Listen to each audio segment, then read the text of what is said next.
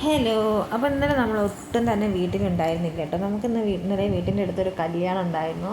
അപ്പോൾ ഇങ്ങനെയുള്ളൊരു കല്യാണത്തിന് ഞങ്ങൾ ആദ്യമായിട്ടാണ് കൂടുന്നത് കേട്ടോ. സാധാരണ താലി കെട്ടലും അങ്ങനെയുള്ള ചടങ്ങുകളൊക്കെ കണ്ടിട്ടുള്ളൂ. ഇങ്ങനത്തെ കല്യാണത്തിന് ഞങ്ങൾ ആദ്യമായിട്ടാണ് കൂടുന്നത്.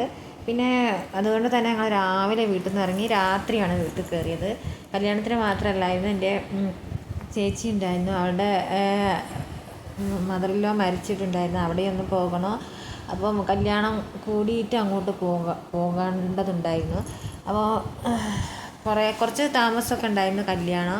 ഇത് ചെക്കനും പെണ്ണും കാണുന്ന ഒരു മുഹൂർത്തമാണ്. നല്ല രസമായിരുന്നു അവരുടെ കല്യാണമൊക്കെ കേട്ടോ. അപ്പം കല്യാണമൊക്കെ കഴിഞ്ഞ് ഞങ്ങൾ നേരെ പോയത് ബേപ്പൂരേക്കാണ്. അവിടെയാണ് സ്ഥലം കേട്ടോ.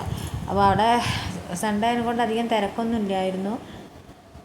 പിന്നെ അവിടെ മരിച്ച വീട്ടിൽ പോയതിന് ശേഷം വീണ്ടും ഞങ്ങൾ വൈകിട്ട് കല്യാണ വീട്ടിൽ തന്നെ പോയിട്ടുണ്ടായിരുന്നേ.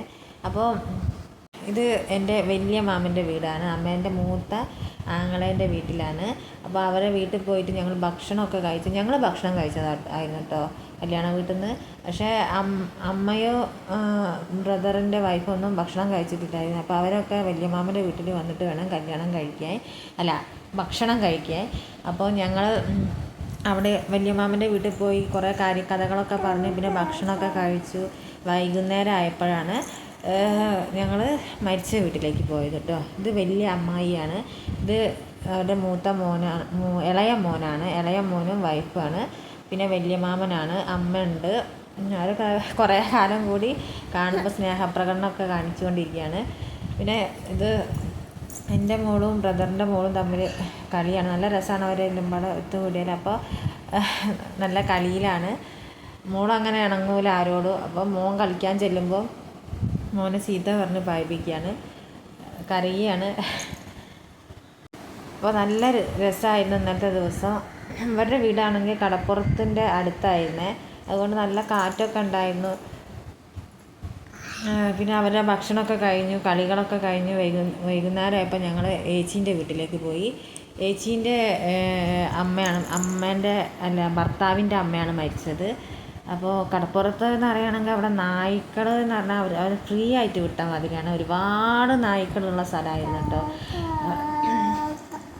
വെറും നായ്ക്കൾ 5-10 നായ്ക്കൾ ഇങ്ങനെ കൂട്ടം കൂടിയിട്ട് കടിപിടിയായിട്ടും അവർ കടിച്ചിട്ടും ഇങ്ങനെ നടക്കുകയാണ്. പക്ഷെ നമ്മൾ പെട്ടെന്ന് കയറി അവിടേക്ക് ചെല്ലുമ്പോൾ നമുക്ക് പേടിയാവും കേട്ടോ, അവിടുത്തെ അന്തരീക്ഷം കാണുമ്പോൾ. പക്ഷെ അവിടെ ഉള്ളവർക്കൊന്നും ഒക്കെ നെവർ മൈൻഡ്, അവർക്കൊക്കെ അത് ശീലമായ മാതിരിയാണ്.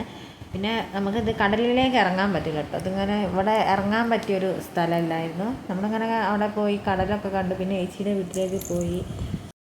പിന്നെ അതൊക്കെ കഴിഞ്ഞ് ഞങ്ങൾ വീണ്ടും കല്യാണത്തിൻ്റെ റിസപ്ഷൻ ഉണ്ടായിരുന്നു കേട്ടോ. ആ കല്യാണത്തിൻ്റെ തന്നെ രാത്രിയായപ്പോൾ അവിടേക്കൊക്കെ പോയി. പിന്നെ ഭക്ഷണമൊക്കെ കഴിച്ചു. ഞങ്ങൾ ഇവരെ പരിപാടിയൊക്കെ കഴിഞ്ഞിട്ട് ഹാളിൽ നിന്നായിരുന്നു കല്യാണം കഴിഞ്ഞിട്ടുള്ള പരിപാടി. അങ്ങനെ ഞങ്ങൾ കല്യാണങ്ങളൊക്കെ കൂടി പിന്നെ വീട്ടിലെത്തുമ്പോൾ നല്ല രാത്രിയായി. പിന്നെ കിടക്കുക എന്നുള്ളൊരു പരിപാടിയുള്ളൂ. അപ്പോൾ ഒരു ദിവസത്തെ ഭക്ഷണം മുഴുവൻ പുറത്തുനിന്നായിരുന്നു കേട്ടോ. ഞങ്ങൾ അടുപ്പ് തന്നെ കത്തിച്ചിട്ടില്ലായിരുന്നു.